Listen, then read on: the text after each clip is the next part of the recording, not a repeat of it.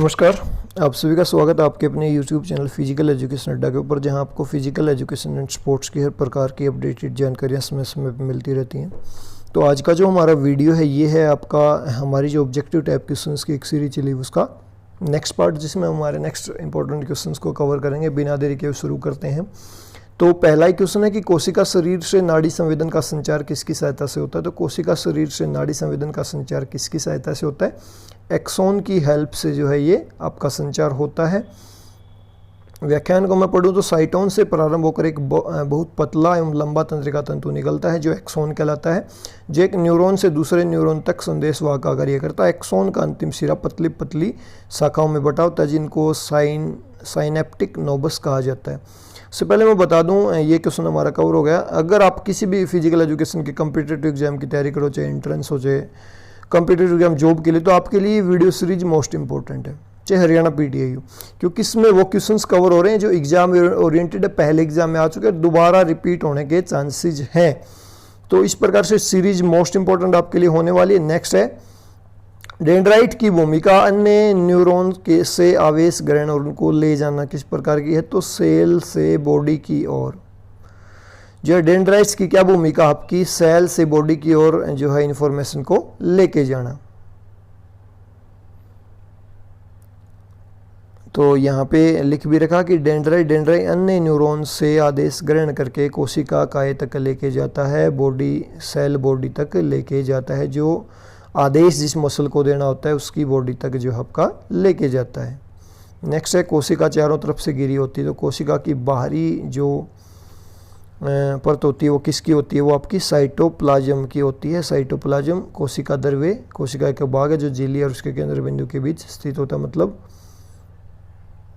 Cytoplasm से ये घिरी होती है। इसके बाद है आपको सही मिलान करना है सूची 1 का सूची 2 से।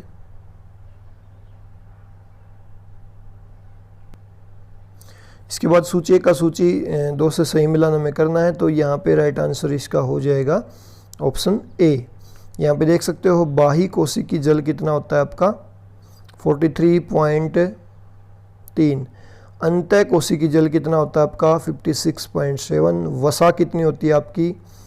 फैट तो यहाँ पे हो जाएगा आपका 19.2। प्रोटीन कितना होता है आपका? 15.1%। इसके बाद नेक्स्ट जो क्वेश्चन है वह क्षमता कम से कम समय में अधिक से अधिक बल प्रयोग होता है, क्या कहलाती है? वो आपकी आपका मांसपेशीय बल कहलाता है, पावर ऑफ मसल्स कहलाती है।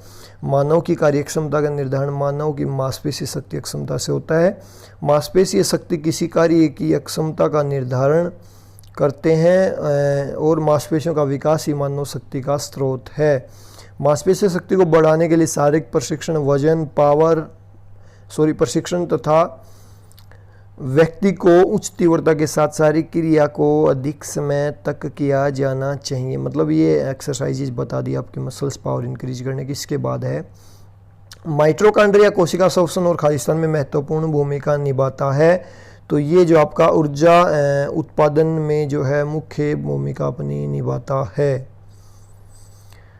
तो आपका जो है ऊर्जा उत्पादन में महत्वपूर्ण भूमिका आपकी कौन निभाएगा? माइटोकॉन्ड्रिया। इसके बाद है माइटोकॉन्ड्रिया संबंधित है। माइटोकॉन्ड्रिया किससे संबंधित है? ऊर्जा उत्पादन से। Option D. यहाँ पे जो ऊपर वाला क्वेश्चन है ना, यहाँ पे आंसर इसका रॉन्ग दे रखा है। इसके बाद है कोशिका का अध्ययन कहलाता है। कोशिका का अध्ययन क्या कहलाता है? साइटोलॉजी। ऊतकों का अध्ययन आपका हिस्टोलॉजी। और मानव सिस्टम जो होता है उसका अध्ययन क्या कहलाते हैं? जो अलग अलग सिस्टम होते हैं बायोलॉजी कहलाता है आपका।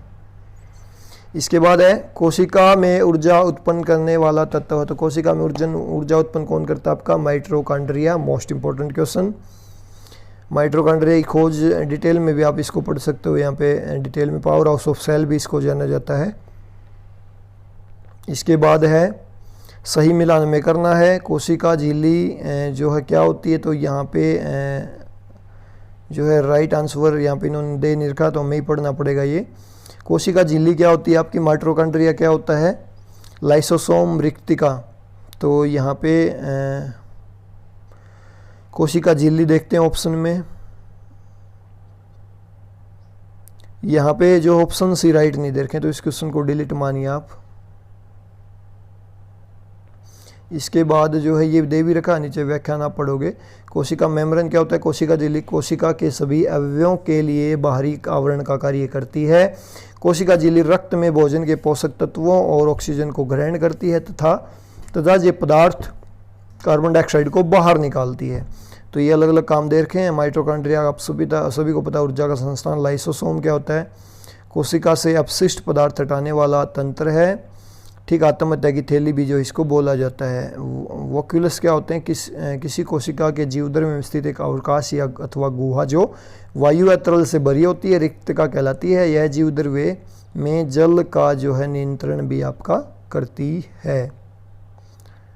इसके बाद नेक्स्ट है शरीर के कार्य का अध्ययन है। तो शरीर क्रिया विज्ञान में जो शरीर के कार्य का अध्ययन जो है किया जाता है, फिजियोलॉजी इसको इंग्लिश में आप बोल सकते हो।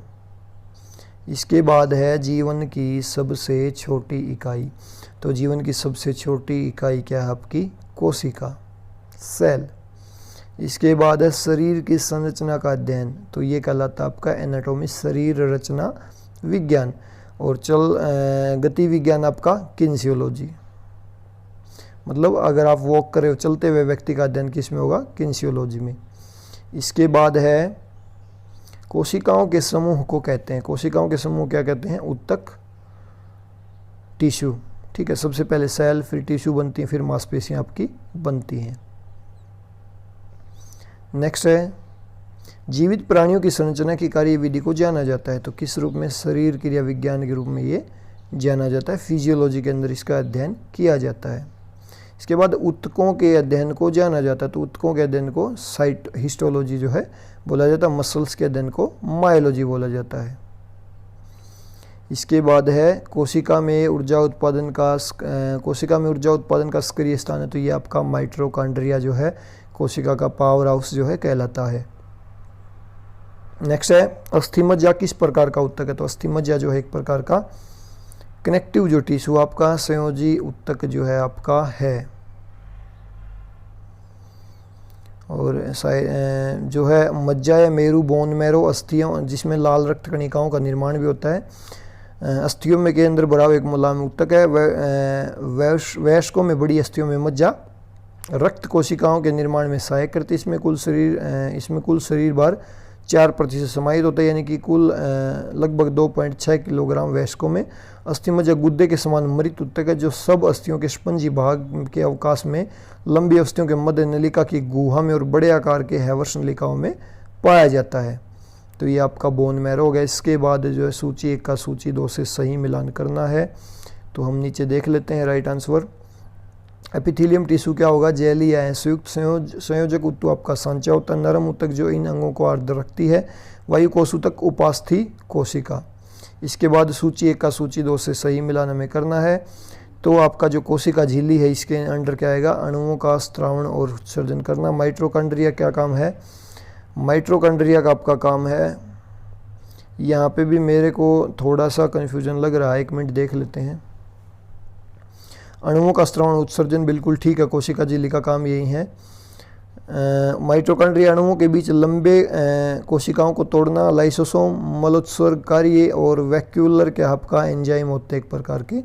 तो राइट ऑप्शन जो है इसके अकॉर्डिंग ऑप्शन बी यहाँ पे हो जाएगा। तो ये थे आज के 20 इंपॉर्टेंट क्वेश्चंस। आपको कैसे लगे ज़रूर बताएं कमेंट करके। अगर अच्छे लगे तो वीडियो को लाइक कर सकते हो, शेयर कर सकते हो, और लगातार इसी प्रकार के वीडियोज़ के लिए आप हमारे चैनल को सब्सक्राइब करके बेल आइकन को प्रेस कर सकते हो, क्योंकि यहाँ पे आपको हमेशा हर प्रकार के इंपॉर्टेंट वीडियोज समय समय पे मिलते रहते हैं। अभी के लिए इस वीडियो में इतना ही। वीडियो को लास्ट तक देखने के लिए आप सभी का बहुत बहुत धन्यवाद। Thank you.